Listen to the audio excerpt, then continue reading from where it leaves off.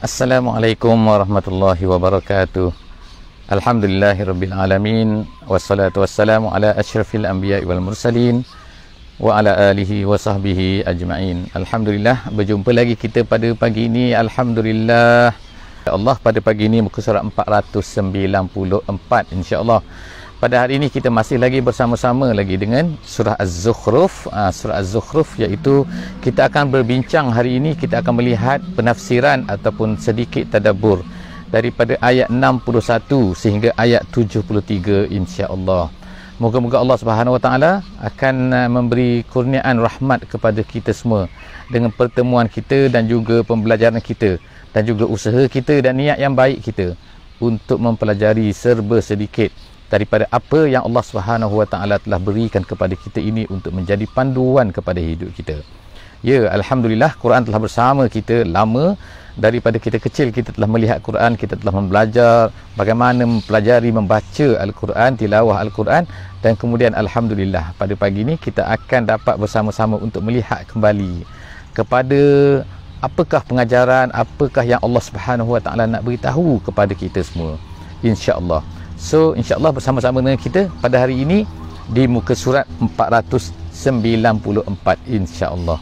A'udzubillahi minasyaitonirrajim. Bismillahirrahmanirrahim. Wa innahu la'ilmun lis-sa'ah fala tamtarunna biha wattabi'un hadza siratum mustaqim. Sadaqallahul azim. Sedikit ayat yang telah saya bacakan sebentar tadi, iaitu permulaan daripada muka surat ini insya-Allah, dan secara ringkasnya insya-Allah pada hari ini kita akan melihat beberapa perkara, iaitu yang pertamanya ialah sambungan daripada apa yang telah kita ceritakan, apa yang telah kita dengar, yang telah kita bacakan dalam muka surat 493 sebelum daripada ini, iaitu menceritakan tentang Ibnu Maryam, iaitu Nabi Isa alaihissalam. Allah Subhanahu Wa Taala telah sebutkan beberapa perkara tentang Nabi Isa. Jadi di dalam muka surat sebelum daripada ni, iaitu muka surat 493. Jadi kepada sesiapa yang tertinggal ataupun yang tidak sempat untuk bersama-sama dengan kita kemarin ataupun semalam, so insya-Allah boleh refer di dalam Facebook dan juga di dalam YouTube insya-Allah yang akan dikeluarkan tidak lama lagi. Jadi insya-Allah pada pagi ini kita akan membaca sedikit tentang apakah yang dikatakan oleh Allah Subhanahu Wa Taala memberitahu apakah dia risalah, apakah dia petanda dengan kedatangan Nabi Isa dan bagaimana dia datang nanti, dan kemudian insya-Allah kita akan baca dalam surah ini iaitu beberapa perkara tentang apa yang akan berlaku di hari kiamat. Dan kemudian Allah Subhanahu Wa Taala menceritakan selepas daripada itu nikmat-nikmat yang diberikan oleh Allah Subhanahu Wa Taala kepada ahli syurga insya-Allah.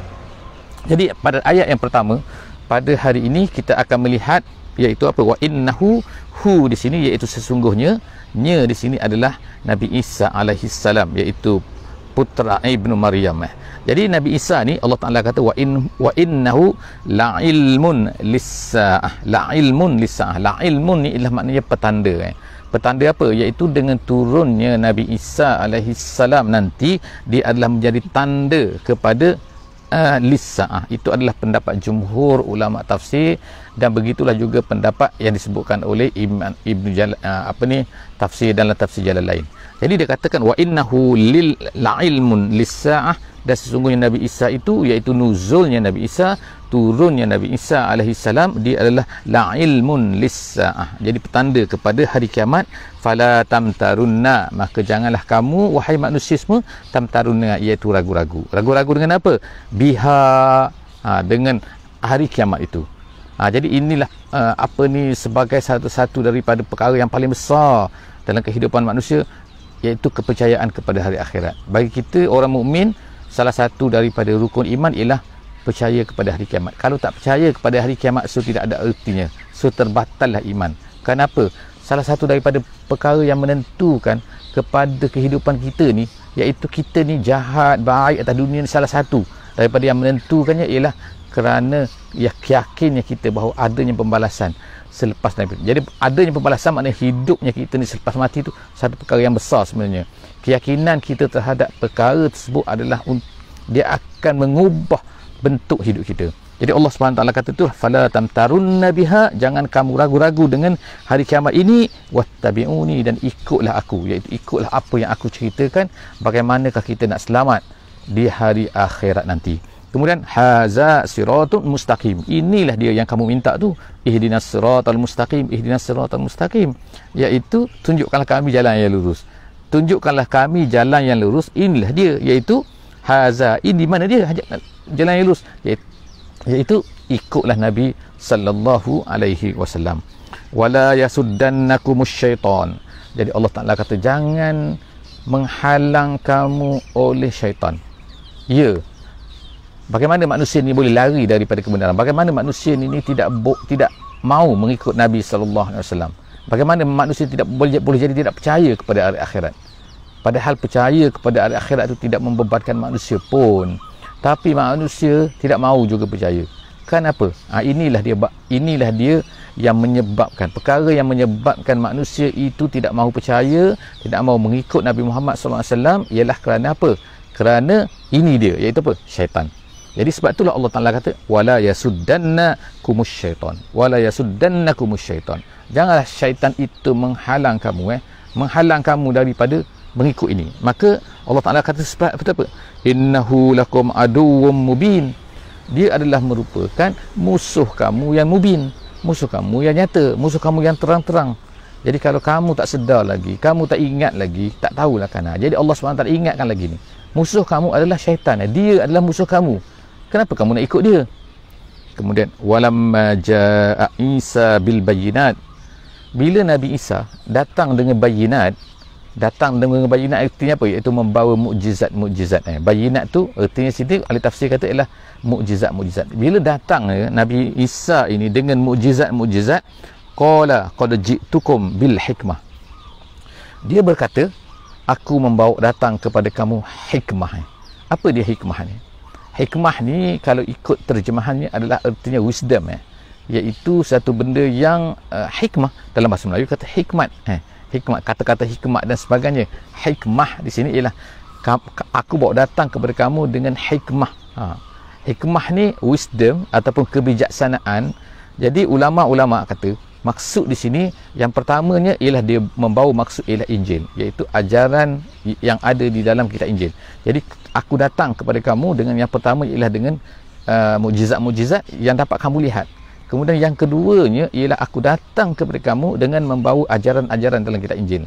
Tetapi Allah Subhanahu Wa Taala menggunakan perkataan hikmah di sini, dan ramai ulama telah menyatakan kenapa dia gunakan perkataan hikmah kepada Injil.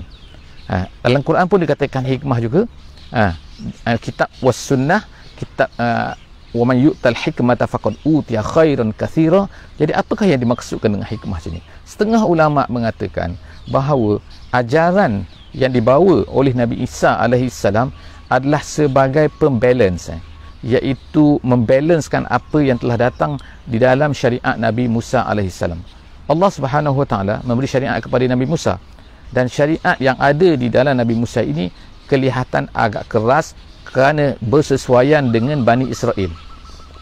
Jadi Allah Subhanahu Wa Taala balancekan balik dengan kedatangan Nabi Isa alaihissalam.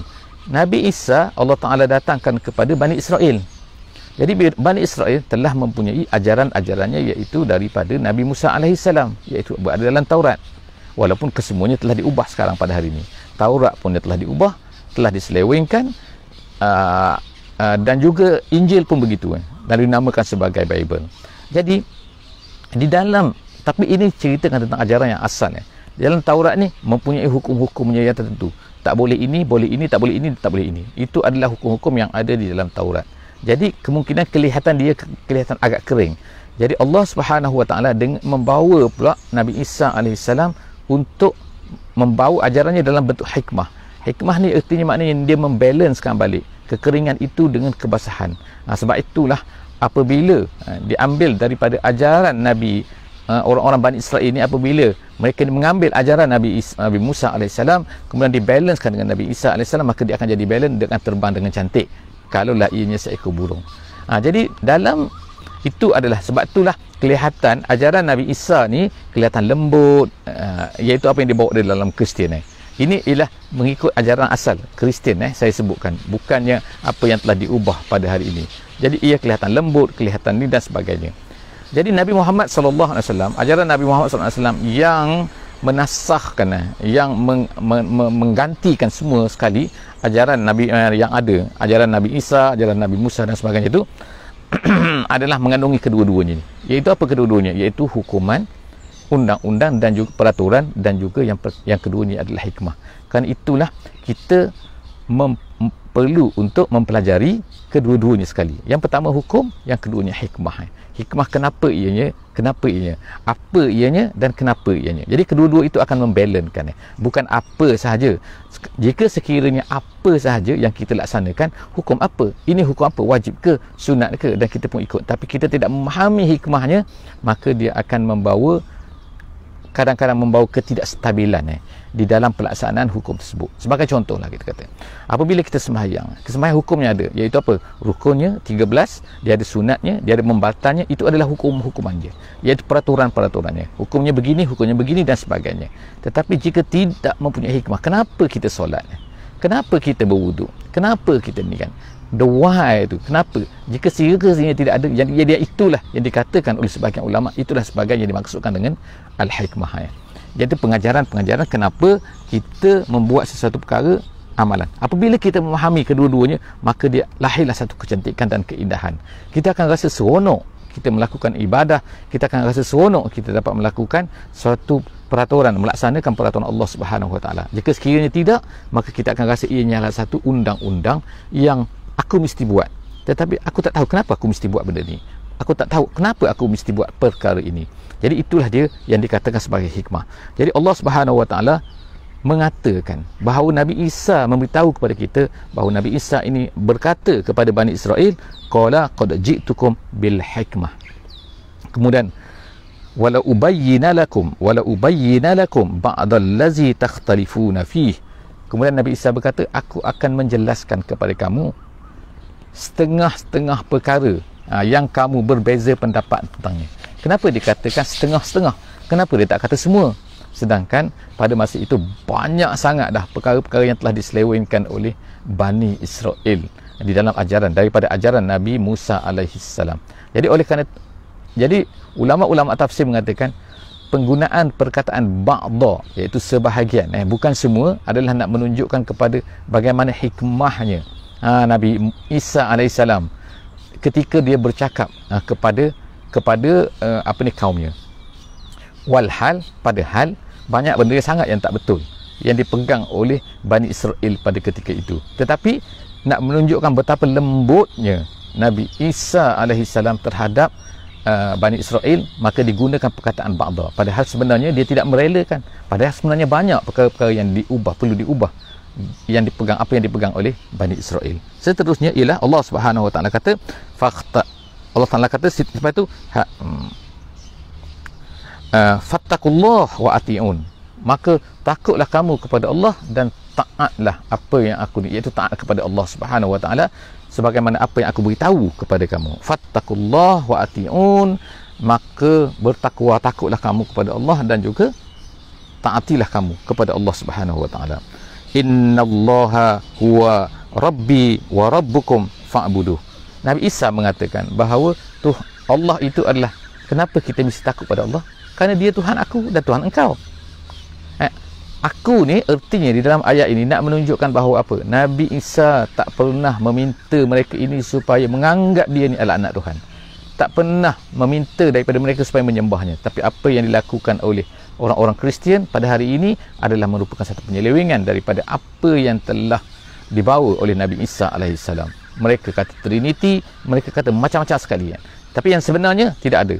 Allah adalah Tuhan. Nabi Isa berkata, Allah adalah Tuhanku, Allah adalah Tuhan kamu. Oleh kerana itulah maka fa'buduh, sembahlah dia, bukan sembah aku. Sembah Allah tu. Aku pun menyembah Allah. Jadi dia kata situ, kemudian apa dia kata? Haza siratun mustaqim. Kita tengok perkataan yang sama yang digunakan oleh Nabi Isa alaihissalam dan yang digunakan oleh Nabi Muhammad sallallahu alaihi wasallam. Haza siratun mustaqim. Inilah dia jalan yang lurus. Dan kita berkata ihdinas sirata al-mustaqim. Seterusnya Allah SWT kata fakhtalafal ahzabu min bainihim.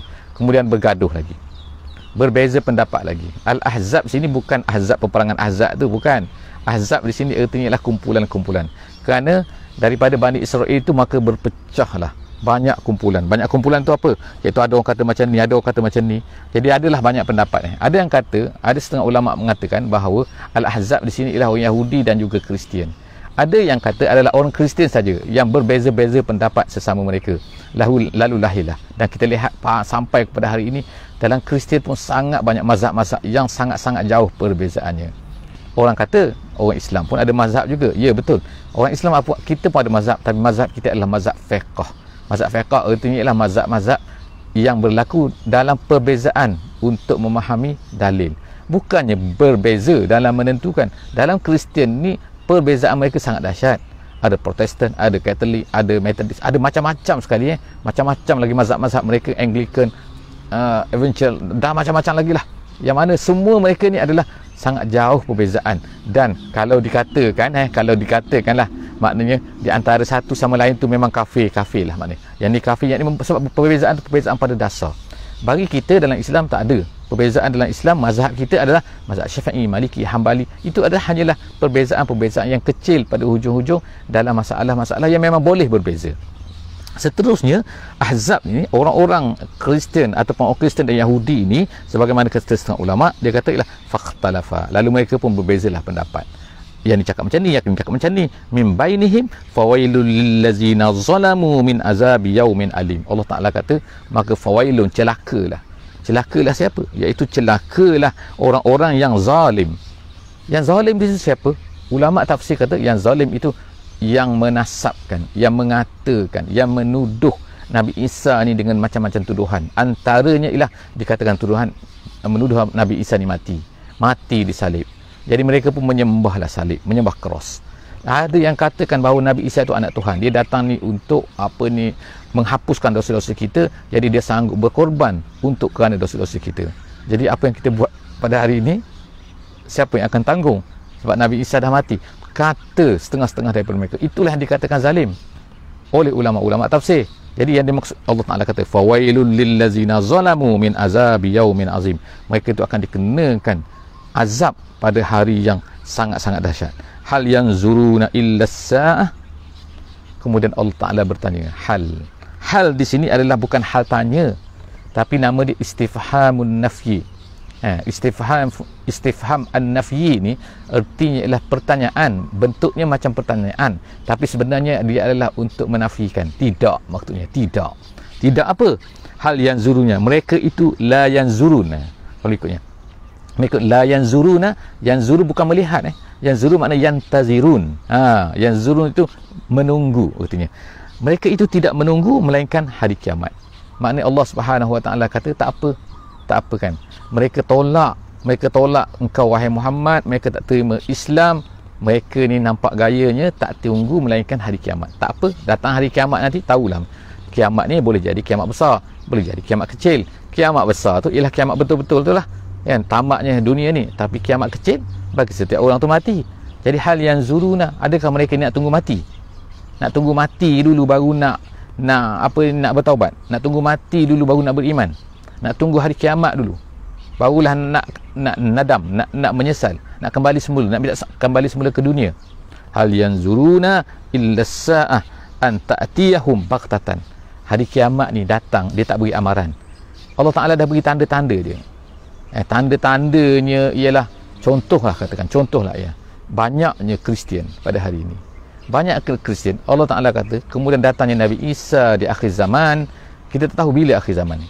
Kemungkinan esok akhir zaman ni, kemungkinan tahun depan, kemungkinan tahun 2030, kemungkinan tahun 2050, kemungkinan wallahu alam. Tapi banyaknya Kristian hari ini adalah salah satu daripada, kita boleh katakan seolah macam tanda. Kenapa? Nanti Nabi Isa, Allah Taala akan datangkan Nabi Isa di akhir zaman. Kemudian bila Allah Taala datangkan Nabi Isa, dia akan membuat 3 perkara. Yang pertama, sebagaimana hadis yang disebutkan oleh Bukhari, yang pertama dia akan memecahkan salib. Yang kedua, dia akan membunuh khinzir, membunuh babi. Dan yang ketiga, dia akan menghapuskan jizyah. Kalau dalam Islam kita ni ada jizyah, kita ada jizyah. Tapi nanti Nabi Isa akan buat cancel semua tu. Ertinya apa? Ertinya sama ada terima Islam ataupun tidak. Dua saja. Kalau ada jizyah, artinya apa? Artinya ialah boleh terima Islam ataupun bayar jizyah ataupun perang. Itu sebagaimana yang disebutkanlah di dalam Islam. Jadi Nabi Isa ni, kenapa Nabi Isa yang datang? Memang sesuai lah. Mungkin ada setengah ulama kata kerana bersesuaian. Kenapa? Kerana banyaknya Kristian pada masa itu. Jadi pada hari ini kita tengok banyaknya Kristian. Jadi Nabi Isa akan datang pada akhir zaman. Bila? Wallahu a'lam bissawab. Kita tak tahu yang tu. Tetapi nak menunjukkan bahawa sebenarnya kiamat ni boleh berlaku anytime yang telah ditetapkan oleh Allah SWT. Jadi persoalannya di sini, nak tunggu hari kiamat ke? Yang akan datang baghtatan tu, yang akan datang tiba-tiba tu. Kemudian wahum la yash'urun, dan mereka tak rasa, tak sedar kadang-kadang, kerana seronok sangat kadang-kadang tu dengan dunia, sehingga manusia ni tak sedar bahawa kiamat nak datang. Kiamat kadang-kadang tak tengok-tengok matahari dah naik daripada sebelah barat, barulah nak sedar, barulah akan rasa kepelikan tu. Sedangkan banyak dah tanda-tanda. Bahkan Nabi SAW kata kedatangan baginda sendiri tu adalah merupakan salah satu daripada tanda kiamat nak datang. Seterusnya al-akhilla, Allah Subhanahu Wa Taala seterusnya ialah menceritakan tentang iaitu al-akhilla. Al-akhilla ni apa? Iaitu jamak. Kata jamak kepada khalil. Khalil ni maknanya kawan, maknanya kawan-kawan maknanya. Gitu. Dikatakan al-akhilla kerana apa? Kerana orang-orang yang baik ni di antara satu sama lain ni, mereka akan khallala. Dia kata khallala ni makna kita kata apa kan, hati-hati mereka ni bersatu bersama-sama, sampai hati pun bersama-sama. Jadi maknanya rapat ya mereka ni. Sebab tu kalau tak rapat dia tak panggil al-akhilla. Kalau hanya kawan sekerja, kawan tempat belajar, kawan apa ni sama-sama buat satu benda, projek kan, tak, itu tak dipanggil akhilla. Akhilla ni orang kawan rapat.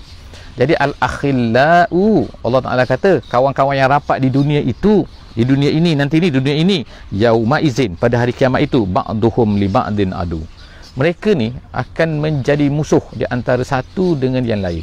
Kenapa mereka ni menjadi musuh? Kerana mereka ni berkawan di atas dunia ini kerana untuk apa? Untuk keburukan. Berkawan kerana apa? Just kerana kawan. Kerana apa berkawan? Kerana baik, kerana sekelas dulu. Kenapa berkawan? Bukan kerana Allah Subhanahu Wa Taala. Bukan kerana untuk membantu untuk kita ni bersama-sama menegakkan Islam ataupun membantu untuk membawa kepada kebaikan. Menjadikan kita ni bersemangat untuk beramal. Bukan menjadikan kita, tapi bahkan untuk menjadikan kita ni seronok dengan maksiat. Masing-masing tu memperingati di antara satu sama lain tu supaya apa? Alah, tak payahlah buat ni, jomlah, tak payah pergi semayang lah, tak payah semayang lagi lah, kan kita muda lagi, dan macam-macam lagi lah. Iaitu menasihati di antara satu sama lain supaya kita berterusan di atas kelalaian. Jadi al-akhilla begitu. Allah Ta'ala kata pada hari kiamat nanti mereka ni akan menjadi adu, jaga-jaga, Allah Ta'ala kata illal muttaqin, melainkan orang yang bertakwa. Artinya iaitu orang yang berkawan kerana takwa, orang yang berkawan kerana untuk membina ketakwaan. Kenapa dia berkawan atas dunia ni? Kerana dia, kawan itu membantunya untuk beramal dengan amal kebaikan. Jadi ingatlah di sini kan, bahawa kawan perlu dipilih dengan betul. Kalau nak berkawan, kawan dengan betul. Kawanlah, carilah kawan yang membantu kita untuk ke arah keimanan, ke arah yang baik, ke arah amalan yang baik, yang memudahkan kita, bukan yang menyusahkan kita untuk membuat amal kebaikan. Kalau yang mengajak kita, memudahkan kita untuk membuat kejahatan, membuat maksiat dan sebagainya, jangan berkawan. Kenapa? Nanti kamu akan jadi musuh dengan dia. Apa erti musuh? Nanti hari kiamat nanti akan tuduh-menuduh lah. Sebab kau lah aku jadi macam ni, sebab kau lah aku jadi macam ni. Tak, sebab itulah dikata bermusuh-musuh. Al-akhilla, ingat yauma izin ba'duhum li ba'din adu illal muttaqin, melainkan kerana takwa. Kemudian ya ibad la khaufun alaikum al-yauma wala antum tahzanun. Jadi Allah Subhanahu Wa Taala kata ya ibad la khaufun, tidak ada ketakutan, alaikum al-yaum wala antum, orang-orang yang bertakwa ini, orang yang bertakwa ini, mereka ni pada hari kiamat, maka Allah Ta'ala katakan kepada mereka bahawa apa? Iaitu tidak ada takut ke atas kamu pada hari ini dan kamu tidak akan bersedih. Ada dua sini. Yang pertama takut, yang kedua sedih. Takut artinya apa? Takut ialah satu perkara yang akan datang. Sedih apa? Satu perkara yang telah berlalu. Jadi pada manusia ni ada di depannya, ada di belakangnya. Satu benda yang di depannya kita katakan yang akan berlaku, kita takut. Macam mana? Takut tak lulus exam, takut ni, takut macam-macam kita takut ni. Yang belakang ni dah lalu, kita sedih. Sedih kerana apa? Sedih kerana fail. Sedih kenapa? Kenapa tak dapat macam ni, tak dapat projek dan sebagainya, sedih kan. Jadi ada sedih, kita ada takut. Jadi apabila ada dua-dua ni, depan dan juga belakang, maka kita akan menjadi gelisah, menjadi susah hati. Jadi sebab itulah Allah Subhanahu Wa Taala kata kepada orang-orang yang beriman, sepatutnya orang beriman ni Allah Taala sebut banyak kali dalam Quran, iaitu sepatutnya kamu ni tak sedih dan tak takut. Kenapa kita takut? Kerana Allah kita tak sepatutnya, orang mukmin tak sepatutnya takut. Kenapa? Semua benda ditentukan oleh Allah Subhanahu Wa Taala. Kita hanya berusaha. Mungkin tercapai, mungkin tak tercapai. Begitu juga kita tak patut sedih. Sebab apa? Semua benda telah ditakdirkan oleh Allah Subhanahu Wa Taala. Kalau dah ditakdirkan oleh Allah Taala, kenapa kita takut? Kita sedih. Tak patut sedih. Allah dah takdir macam tu. Apa yang Allah tetapkan itulah terbaik untuk kita. Tak sepatutnya sedih, tak sepatutnya takut.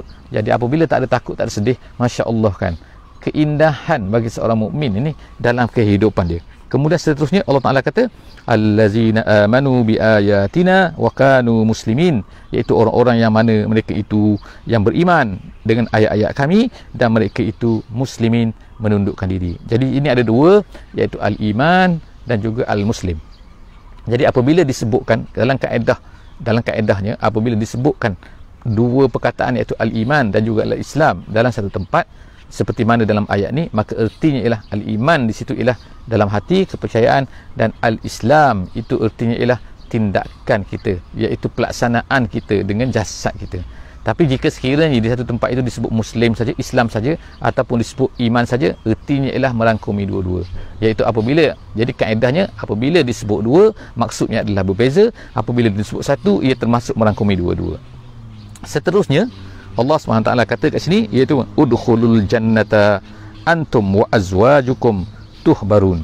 Masuklah kamu. Allah Ta'ala kata kepada orang mukmin ni, kepada orang yang muslim ini, masuklah kamu ke dalam syurga.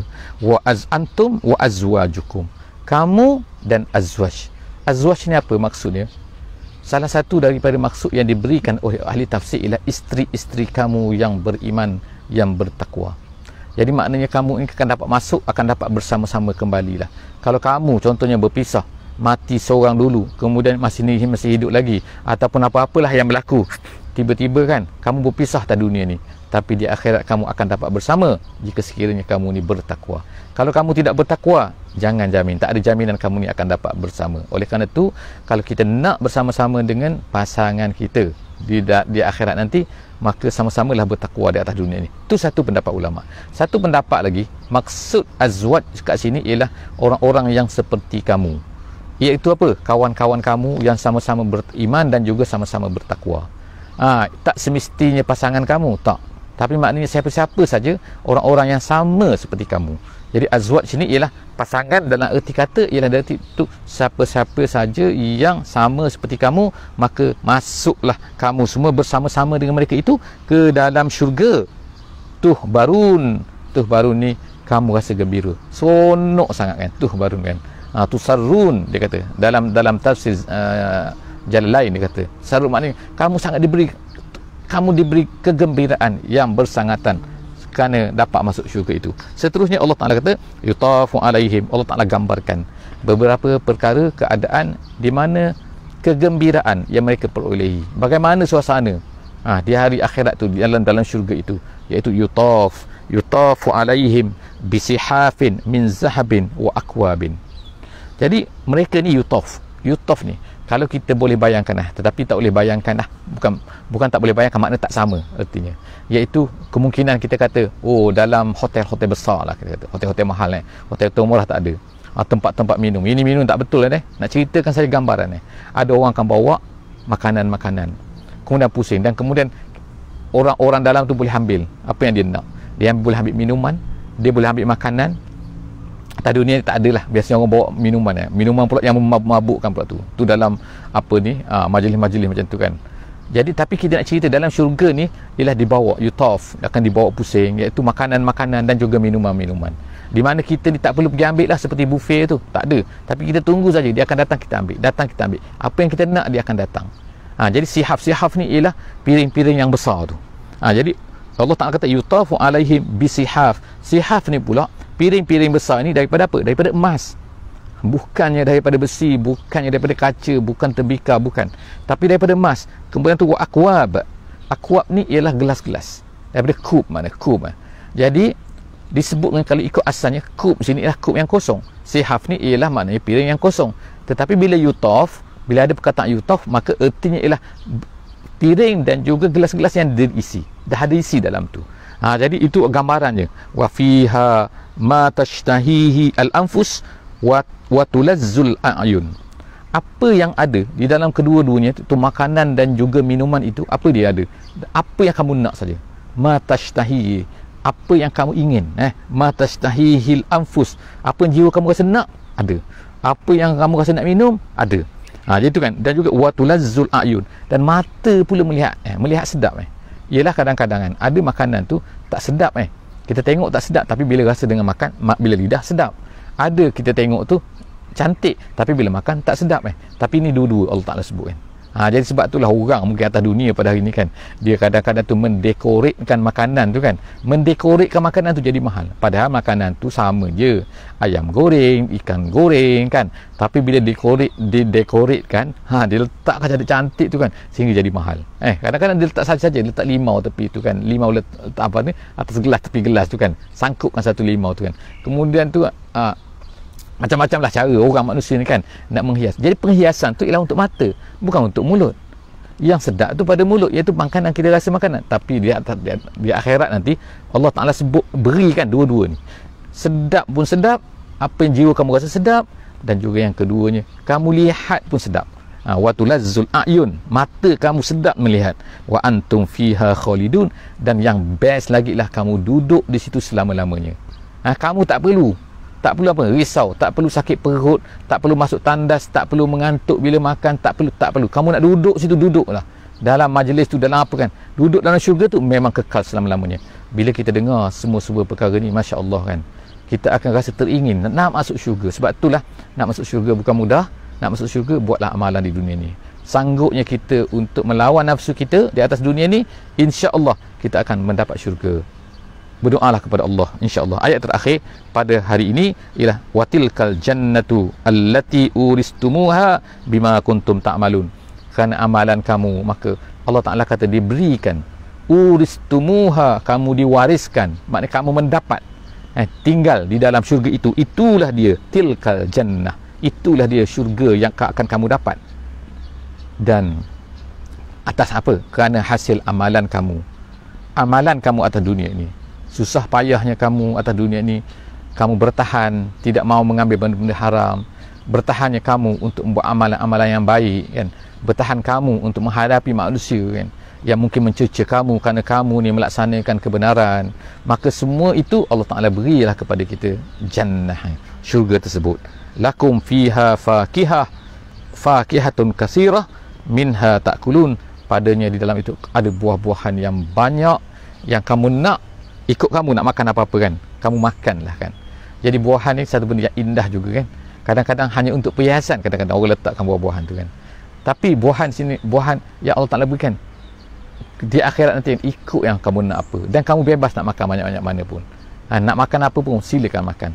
Jadi Allah Subhanahu Wa Ta'ala sebutkan kepada kita semua ni, supaya kita ni menjadi berkeinginan, teringat dan naknya kepada kita kepada syurga Allah Subhanahu Wa Ta'ala. Setakat itu dulu pada pagi ini, muka surat 494. InsyaAllah kita bersama lagi di hari esok, insyaAllah hari Sabtu, insyaAllah. Muka jumpa lagi esok. Wallahu a'lam bissawab. Aku qauli hadza wa astaghfirullahal azim li wa lakum. Bismillahirrahmanirrahim. Subhanakallahumma wa bihamdik, nashhadu an la ilaha illa anta, nastaghfiruka wa natubu ilaik. Bismillahirrahmanirrahim. Wal 'asri innal insana lafi khusr illa allazina amanu wa 'amilus solihat wa tawasaw bil haqqi wa tawasaw bis sabr. Wassalamu alaikum warahmatullahi wabarakatuh.